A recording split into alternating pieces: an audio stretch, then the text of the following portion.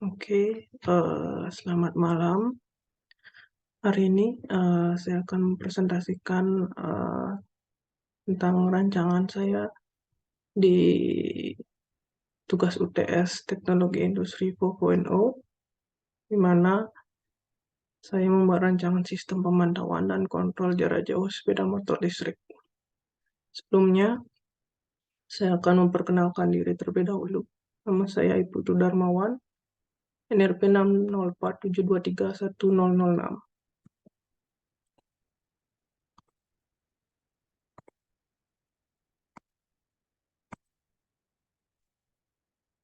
Oke, baik. Seperti yang kita tahu, untuk kendaraan listrik sendiri memiliki dasar hukum yang dimana pada tahun 2019 yaitu Peraturan Presiden 55 tahun 2019 tentang percepatan program kendaraan bermotor listrik. Kemudian didukung Peraturan Menteri SDM nomor 1 tahun 2023 tentang penyediaan infrastruktur pengisian listrik untuk kendaraan bermotor listrik, di mana kendaraan listrik di Indonesia sudah mulai masuk sejak tahun 2019 dengan dikeluarkannya peraturan presiden ini. Nah, untuk motor listrik ini sudah mulai masuk dan menjadi sarana masyarakat dalam melakukan mobilitas dengan mengedepankan zero emission pengganti BBM. Berdasarkan penelitian riset dari Deloitte dan Foundry, data penggunaan kendaraan listrik dari tahun 2020 hingga 2022, di mana pada tahun 2020 sebanyak 1947 yaitu motor listrik, kemudian untuk mobil listrik sebanyak 229 unit. Nah, pada tahun 2021 terjadi peningkatan yang cukup signifikan, di mana motor listrik sebanyak 5.486 unit dan untuk mobil listrik sebanyak 2.012 unit. Nah, pada tahun 2022 terjadi peningkatan yang cukup besar, di mana untuk motor listrik sebanyak 25.782 unit dan untuk mobil listrik sebanyak 7.679 unit. Nah, kendaraan listrik masuk di Indonesia ini sudah banyak beberapa brand yang menawarkan di mana kendaraannya sebagai daily user atau pengguna yang sehari-hari yang akan digunakan oleh masyarakat dalam melakukan mobilitas, pergi ke kantor, melakukan aktivitas yang mereka lakukan di setiap hari ya.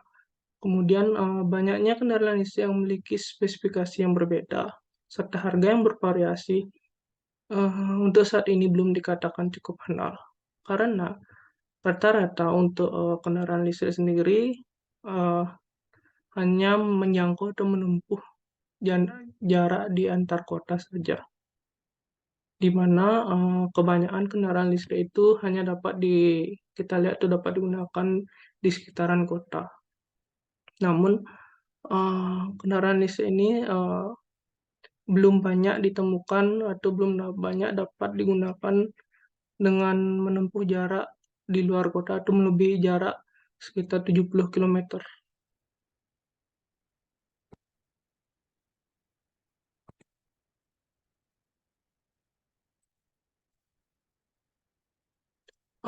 Ada beberapa jenis motor listrik atau kendaraan listrik yang dapat menempuh jarak 70 km, namun motor listrik ini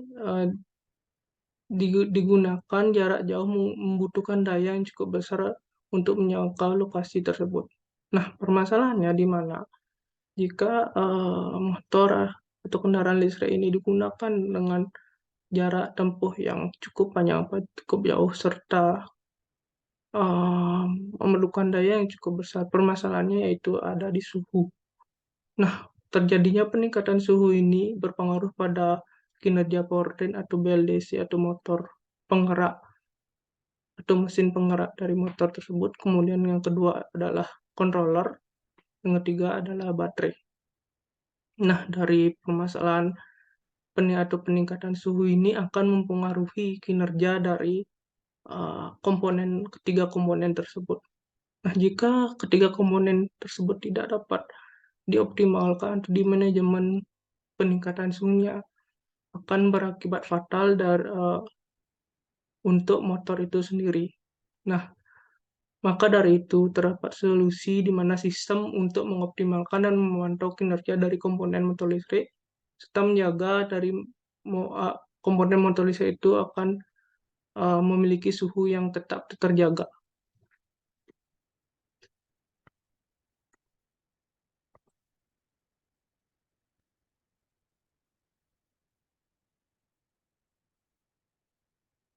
Nah, kemudian berikut adalah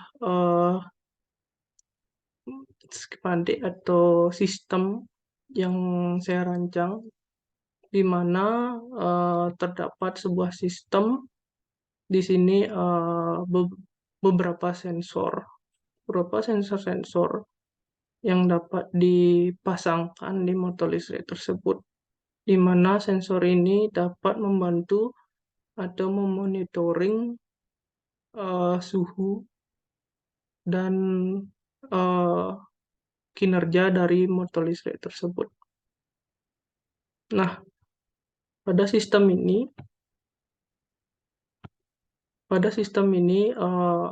memiliki atau dirancang dengan memasangkan sensor suhu, kemudian ditambahkan sensor daya, arus tegangan, dan daya. Kemudian yang ketiga yaitu sistem GPS tracker. Nah, dari ketiga sensor ini dikumpulkan dan kemudian diproses di mikroprosesor yang melakukan perhitungan atau algoritma yang membuat beberapa keputusan dalam melakukan tindakan uh, di motor listrik ini. Dan setelah diproses di mikroprosesor, data yang telah dikumpulkan kemudian dikirimkan dengan menggunakan modul GSM dan dibawa atau dihimpun secara real time di database.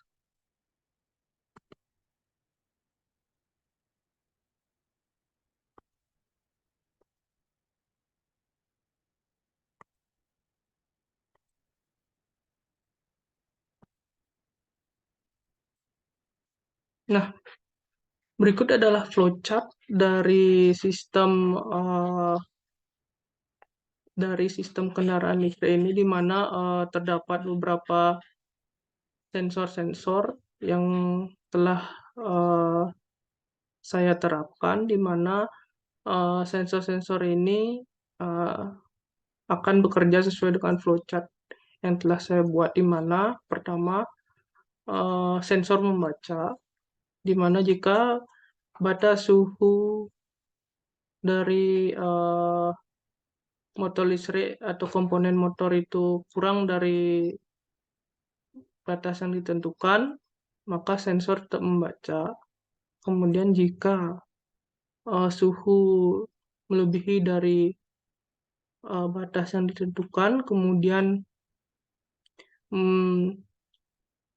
data dikirimkan ke mikroprosesor. Mikroprosesor akan memproses dan mengirimkan data untuk melakukan pendinginan di tiga komponen tersebut, yaitu di baterai, controller, dan BLDC. Kemudian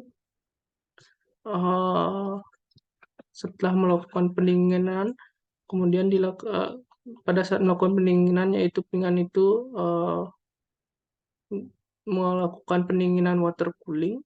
Dengan sistem water cooling ini akan mempengaruhi peningkatan suhu sehingga membuat suhu pada ketiga komponen itu menurun. Nah, setelah water cooling ini bekerja, kemudian sensor membaca secara real time. Nah, jika suhu yang telah dialiri oleh watt. Jika suhu ini telah menurun, sensor sensor suhu akan membaca, dan sensor ini akan tetap membaca secara real time dan dikirimkan secara real time di database. Nah, beberapa komponen pendukung seperti wattmeter, GPS, relay, dan modul GSM di sini untuk membantu dalam kinerja pemrosesan pemantauan secara real time di motor listrik ini. Terdapat modul GSM, relay, sensor suhu, modul GPS, modul GSM. Kemudian di sini terdapat mikroprosesor dan wattmeter.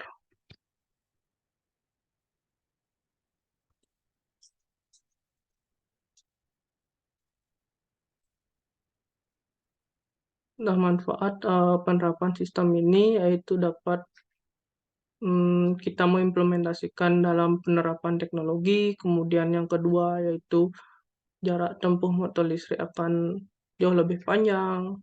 Kemudian komponen yang terdapat di motor listrik itu akan tetap terjaga atau bisa long life lah umurnya. Kemudian untuk sistem kontrol jarak jauh sehingga dapat atau motor akan tetap safety, bisa kita kontrol jarak jauh. Kemudian motor listrik akan jauh lebih nyaman untuk dikendarai, seperti torsi dan speed itu akan bisa kita setting atau bisa kita lakukan penyesuaian seperti dengan motor konvensional, seperti itu.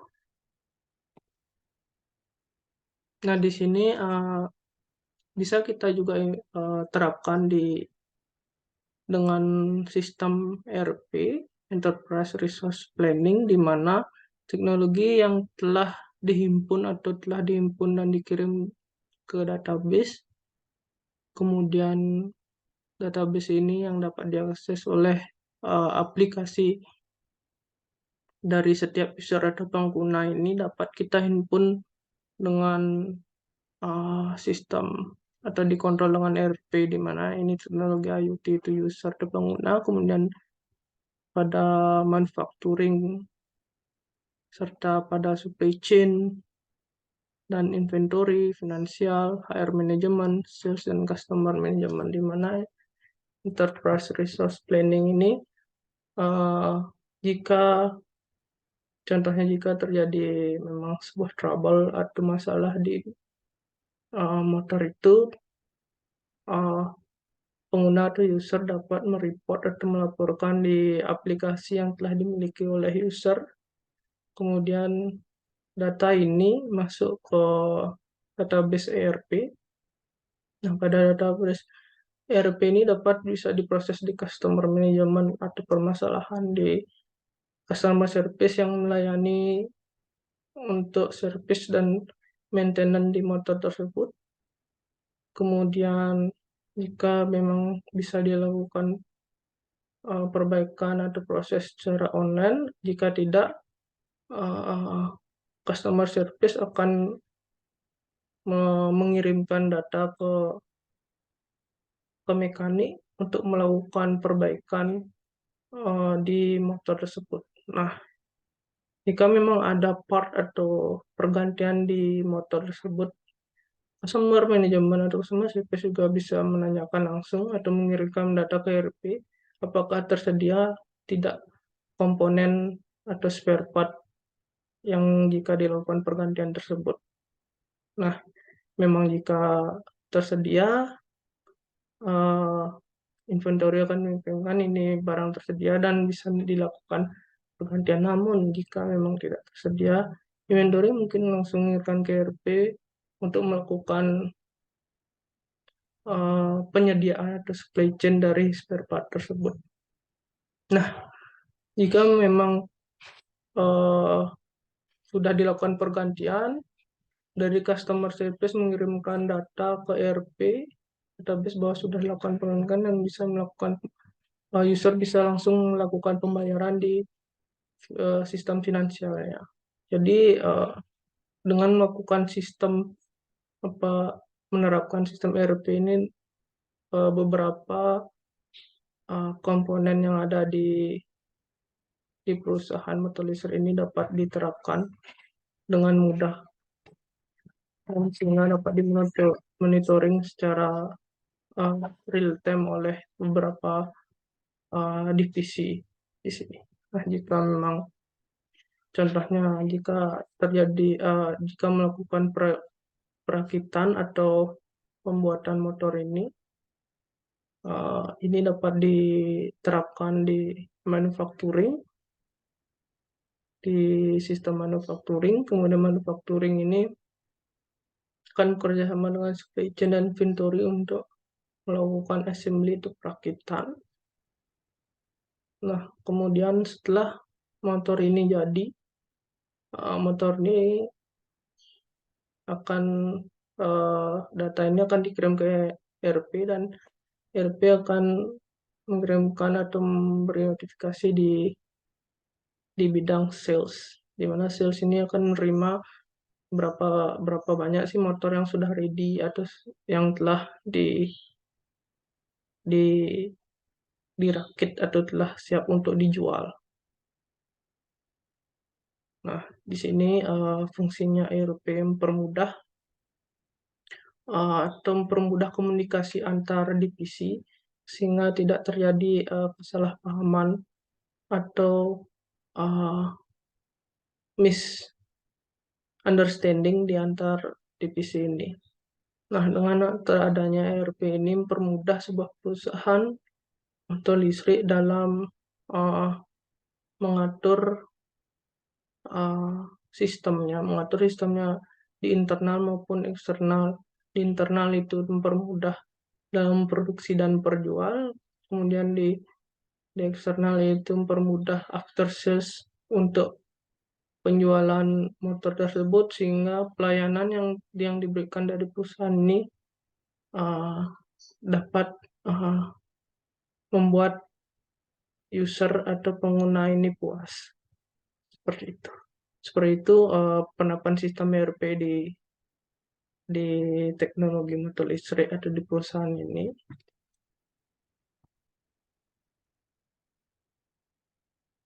Nah, kesimpulan, untuk penerapan teknologi ini dapat menjadi tolak ukur pengembangan motor listrik ke depannya. Perkembangan motor listrik akan terus berjalan seiring didukungnya program penggunaan motor listrik di Indonesia. Untuk saat ini, penggunaan motor listrik hanya dapat memanfaatkan motor listrik hanya untuk pergi berbelanja, jarak tempuh yang dekat. Hal ini dikarenakan karena kehandalan motor listrik yang tidak sebanding dengan motor konvensional. Nah, dengan rancangan ini dapat menjawab bahwa motor listrik ini dapat sebanding dengan motor konvensional, namun dibutuhkan beberapa proses penyempurnaan dan penyesuaian untuk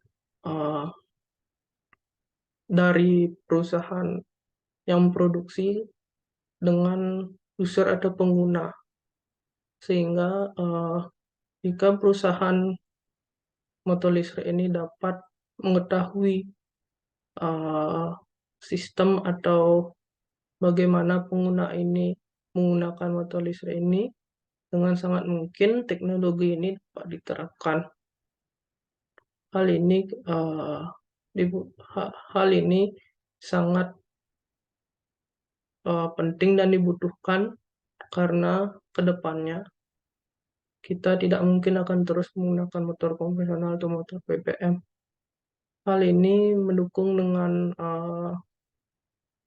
pemerintah dalam net zero emission di tahun 2060. Dengan sistem ini dapat mempermudah bagi masyarakat atau dapat menghilangkan keraguan masyarakat dalam menggunakan motor listrik. Nah, jika motor listrik ini memang benar diterapkan, jika sistem motor listrik ini memang bisa diterapkan di motor listrik yang sudah tersebar atau sudah diproduksi oleh beberapa perusahaan. Motor listrik ini saya yakin akan bisa dapat sebanding dengan motor konvensional yang ada di pasaran saat ini. Sekian presentasi dari saya. Terima kasih.